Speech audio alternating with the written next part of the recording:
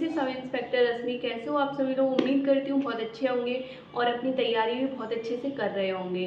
तो आप लोगों का यूपीएसआई का नोटिफिकेशन आ चुका है जिसका आप बहुत लंबे समय से इंतजार कर रहे थे और अब आप लोग बोल रहे हैं कि हमें बहुत ज़्यादा घबराहट हो रही है, हमें बहुत ज़्यादा डर लग रहा है, स्पेशली मैथ के बारे में। तो आज हम मैथ के बारे में बात करेंगे कि मैथ की तैयारी आपको कैसे करनी चाहिए कि आप 4 महीने में अपना मैथ का सिलेबस कंप्लीट करके अच्छे मार्क्स आ सकें। मेरे मैथ में काफ़ी अच्छे मार्क्स थे, मेरे इसमें से 37 से 38 क्वेश्चन सही थे। मैथ में आप लोगों को पता होगा कि रीजनिंग के भी 1-2 क्वेश्चन आते हैं, 1-2 क्वेश्चन जीएस के भी आते हैं। तो मैथ में जो रीजनिंग आई थी मेरे वो क्वेश्चन गलत थे, बाकी का मेरा मैथ में कोई क्वेश्चन गलत नहीं था।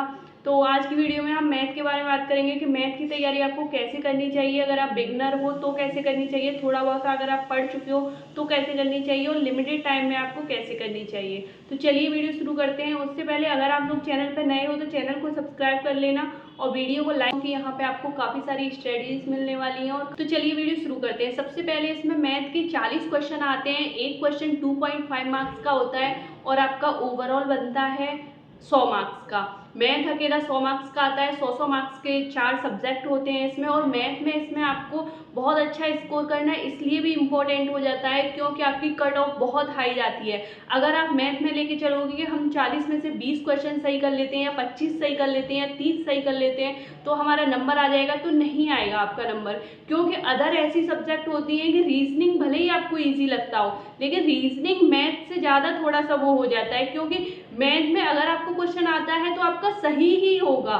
रीजनिंग ऐसी सब्जेक्ट नहीं है। हिंदी है, बहुत सारे क्वेश्चन, 4-5 क्वेश्चन एटलीस्ट ऐसे आएंगे कि जिन्हें आपने कभी सुना भी नहीं होगा, कभी पढ़ा भी नहीं होगा। तो इस टाइप के क्वेश्चन भी आते हैं हिंदी में, ऐसे जीएस में। तो इन सारे सब्जेक्ट में सबसे ज़्यादा जो सब्जेक्ट है जिसे आप पढ़ के अच्छे मार्क्स गेन कर सकते हैं वो मैथ है। और अगर आप मैथ में ही पिछड़ते हो तो आपका नंबर नहीं आएगा। तो इसलिए आपको मैथ को अच्छा करना बहुत ज़्यादा इम्पोर्टेंट हो जाता है इसमें। तो मैथ 40 क्वेश्चन आएंगे इसमें और आपको एटलीस्ट इसमें से 35 से 36 क्वेश्चन आपको सही करने ही होंगे। तो सबसे पहले हम देखते हैं मैथ का सिलेबस क्या होता है। इसमें मैथ में अर्थमेटिक और एडवांस दोनों ही मैथ्स आते हैं। आपको दोनों ही मैथ्स अच्छे से पढ़ने पड़ेंगे। जैसे कि 2017 में परमुटेशन कॉम्बिनेशन आया था, लेकिन 2021 में परमुटेशन कॉम्बिनेशन नहीं आया था और एपी, एचपी, जीपी ये वाली श्रेणियाँ आई थी। तो आपको सब कुछ पढ़ना पड़ेगा। आपको कुछ नहीं पता है कि क्या चीज़ आ जाए। लेकिन इसमें एडवांस में मेंसुरेशन बहुत ज़्यादा इंपॉर्टेंट होता है, तो मेंसुरेशन तो आपको बहुत अच्छे से करना पड़ेगा। तो सबसे पहले हम देखते हैं इसका सिलेबस और कौन से टॉपिक से, कौन से चैप्टर से कितने क्वेश्चंस आते हैं। सबसे पहले हम देखते हैं कि इसमें नंबर सिस्टम से 2 से 3 क्वेश्चन आते हैं। एपी, एचपी श्रेणियाँ होती हैं, उससे 1 से 2 क्वेश्चन आते हैं। 2017 में नहीं आए थे, 2021 में आए थे। एलसीएम, एचसीएफ से 1 से 2 क्वेश्चन, सिंप्लीफिकेशन से 2 से 3 क्वेश्चन, रेशियो एंड प्रोपोर्शन से 1 से 2 क्वेश्चन, परसेंटेज से 1 से 2 क्वेश्चन, प्रॉफिट एंड लॉस से 2 से 3 क्वेश्चन, डिस्काउंट से 1 क्वेश्चन किसी के में आ गया तो आ गया, एवरेज से 1 से 2 क्वेश्चन, एज वाले क्वेश्चन होते हैं, किसी के में 1 आ गया तो आ गया, मिक्सचर और एलिगेशन किसी के में आ गया, किसी के में नहीं आया, ऐसे ही 0 से 1 क्वेश्चन मान सकते हैं। पार्टनरशिप 1 से 2 क्वेश्चन, सीआई, एसआई 1 से 2 क्वेश्चन, टाइम एंड स्पीड 1 से 2 क्वेश्चन और बोर्ड ऑफ स्ट्रीम 0 से 1 क्वेश्चन, मेंसुरेशन 2 से 3 क्वेश्चन। इसी तरह से इसमें क्वेश्चंस आते हैं।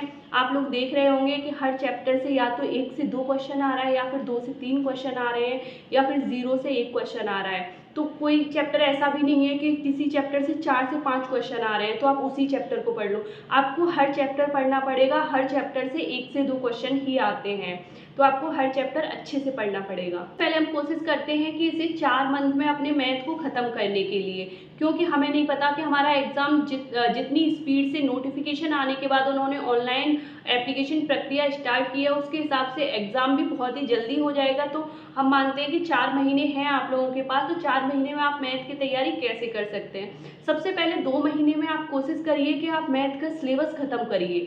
इसके लिए अगर आप बिगनर हो तो आपको 3 से 4 घंटे एटलीस्ट हर रोज़ पढ़ना पड़ेगा।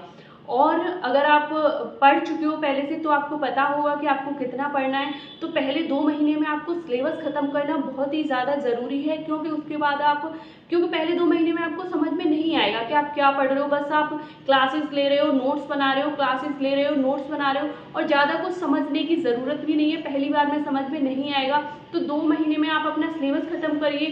फिर जो नेक्स्ट 2 महीने हैं उसमें आप आप रिवीजन करोगे और सेक्शनल टेस्ट दोगे, मैथ के ही सेक्शनल दोगे, चैप्टर वाइज दोगे और ये सारी चीज़ें करोगे तो फिर आपका मैथ बहुत अच्छा हो जाएगा। अच्छा करने के लिए सबसे पहले हमारी कैलकुलेशन बहुत अच्छी होनी चाहिए और क्योंकि बहुत सारे क्वेश्चंस ऐसे होते हैं जिनका हमें मेथड पता होता है, सब पता होता है, लेकिन बहुत सारे बच्चों की कैलकुलेशन अच्छी नहीं होती है, जिसकी वजह से उन्हें उसमें टाइम लग जाता है तो उन्हें लगता है कि उन्हें मैथ आता नहीं है या फिर कैलकुलेशन की वजह से गलत हो जाता है या फिर फ्रस्ट्रेट हो जाते हैं। तो आपकी कैलकुलेशन बहुत अच्छी होनी चाहिए।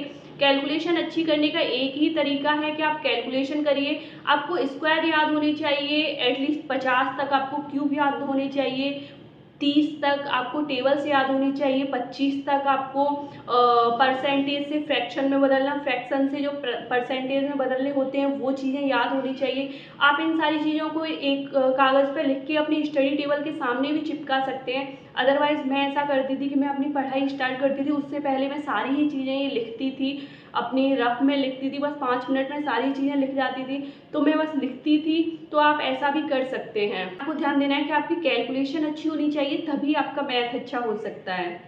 अब हम बात करते हैं बुक्स के बारे में कि आपको बुक्स कौन सी पढ़नी चाहिए। तो जो मैंने पढ़ा था वो किरण पब्लिकेशन की बुक से पढ़ा था। आप उससे भी पढ़ सकते हैं, क्योंकि मैं हिंदी मीडियम से पढ़ी हुई हूँ तो मैंने उससे पढ़ा था। अगर आप इंग्लिश मीडियम से हो, आप राकेश यादव सर की बुक से भी पढ़ सकते हो, या फिर आपको कोई और समझ में आती हो आप उससे भी पढ़ सकते हैं, लेकिन मैंने किरण पब्लिकेशन की बुक से पढ़ा था।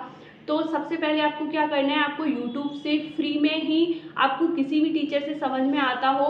मैंने जो पढ़ा था वो अभिनय सर से पढ़ा था, काफ़ी अच्छा पढ़ाते हैं, आप उनसे पढ़ सकते हैं, आदित्य रंजन सर से पढ़ सकते हैं, किसी भी और टीचर से पढ़ सकते हैं जिसका भी आपको समझ में आता हो। आप एक बार अपना सिलेबस ख़त्म करिए। आप सिलेबस ख़त्म करने में ये मत करिए हमें ये क्वेश्चन समझ नहीं आ रहा, वो क्वेश्चन समझ नहीं आ रहा। आपको प्रॉपर सबके नोट्स बनाने हैं, आपको टॉपिक वाइज नोट्स बनाने हैं, हर चैप्टर के टॉपिक वाइज नोट्स बनाने हैं। आप प्रॉपर हर चीज़ के नोट्स बनाइए। 2 महीने में आपके नोट्स कंप्लीट हो जाएंगे। फिर आप क्या करिए, फिर आप जो आपने चैप्टर 1 लगाया है उस पूरे चैप्टर, आपने एक चैप्टर के नोट्स बनाए हैं, आप पूरे चैप्टर को सॉल्व करिए। उसमें से अगर आपके 100 में से 70 क्वेश्चन ऐसे होंगे कि आप पहली बार में कर दोगे। जो 30 क्वेश्चन होंगे जिन पे आप अटक रहे होंगे उन पे आप टिक करिए, क्योंकि आप जिस क्वेश्चन पे पहली बार में अटकोगे ना उसे 4 दिन बाद भी लगाओगे आप सेम क्वेश्चन पे ही अटकोगे, और जिस क्वेश्चन को आप पहली बार में सॉल्व कर लोगे उस क्वेश्चन को आप 4 दिन बाद, 1 महीने बाद भी आप उस क्वेश्चन को सॉल्व कर लोगे। तो आप ये ऐसे क्वेश्चंस ढूंढिए फिर उसमें से जो नेक्स्ट 2 मंथ्स होंगे कि आपको कौन सा वो नहीं आता है, कौन से आपको चैप्टर्स नहीं, सॉरी कौन से आपको क्वेश्चंस नहीं आ रहे हैं, तो उन पे आप टिक कर लीजिए। तो आप नेक्स्ट टाइम जो चैप्टर्स लगाओगे, चैप्टर कंप्लीट करोगे, चैप्टर का रिवीजन करोगे, तो आपको 100 क्वेश्चन करने की जगह आपको 30 क्वेश्चंस करने पड़ेंगे और आपके एक चैप्टर का रिवीजन हो जाएगा। ऐसे ही आप सेक्शनल मॉक लगाइए, आप टेक्स्ट बुक से लगा सकते हैं या फिर किसी से भी लगा सकते हैं, आप बुक से लगा सकते हैं, आप कहीं से भी लगा सकते हैं। इसी तरह से जब आप दूसरी बार भी 30 क्वेश्चन में से 5 क्वेश्चन या फिर 10 क्वेश्चन ऐसे होंगे जो आप पहली बार में हल कर लोगे, तो फिर नेक्स्ट टाइम आपके पास रिवीजन करने के लिए बस 20 क्वेश्चन बचेंगे। तो इसी तरह से आप इन क्वेश्चंस को कम करते चलिए, और आप अगला चैप्टर पढ़ रहे हैं या फिर तीसरा चैप्टर पढ़ रहे हैं तो आप ये कोशिश करिए कि आप पहला चैप्टर ना भूलें। तो इसके लिए आप एक बार रिवाइज करिए, फिर टिक लगाइए, फिर उन्हीं क्वेश्चंस को दोबारा सॉल्व कर लीजिए। अगर आप इस तरीके से पढ़ेंगे तो आपका डेफिनेटली मैथ में बहुत अच्छा स्कोर आएगा।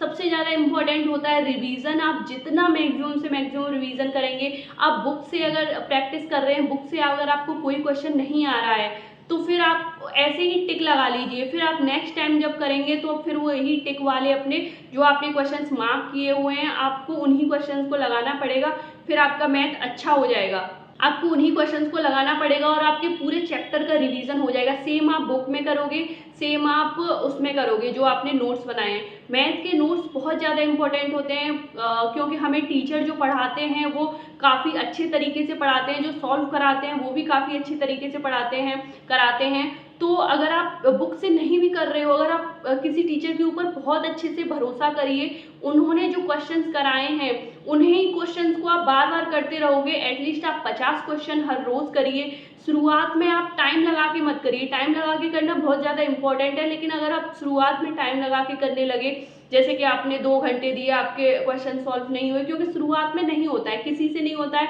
मुझसे भी नहीं होता था। तो शुरुआत में आप बिना टाइम की करिए, धीरे धीरे करिए। फिर आप 1 महीने बाद या फिर 15 दिन बाद थोड़ा सा टाइम लगा के स्टार्ट करिए और फिर धीरे धीरे उस टाइम को रिड्यूस करने की कोशिश करिए। आपका टाइम रिड्यूस तभी होगा जब आपकी कैलकुलेशन अच्छी होगी, आपको टेबल्स याद होंगे, स्क्वायर क्यूब ये सारी चीज़ें आती होंगी, परसेंटेज से फ्रैक्शन में बदलना, फ्रैक्शन से परसेंटेज में बदलना, और आपको ये चीज़ें भी जाननी होंगी। बहुत सारे क्वेश्चंस ऐसे होते हैं जो हम ऑप्शन से ही लगा देते हैं कि इसका ये ऑप्शन हो सकता है, ये ऑप्शन नहीं हो सकता, ये हो सकता है। बहुत सारे क्वेश्चंस ऐसे होते हैं जिन्हें हम यूनिट डिजिट से कर सकते हैं। तो आपको ऐसे क्वेश्चन को छांटना होगा कि हमें अपना टाइम सेव करना है, तो आपको इसी तरह से पढ़ाई करनी है। अगर आप इस तरह से पढ़ाई करोगे डेफिनेटली आपके मैथ में बहुत अच्छा स्कोर करोगे। तो आज की वीडियो में इतना ही है। उम्मीद करती हूँ आपको वीडियो पसंद आई होगी। अगर आपको वीडियो पसंद आई हो तो वीडियो को लाइक करना, चैनल को सब्सक्राइब करना। मिलते हैं अगली वीडियो में। Thank you so much.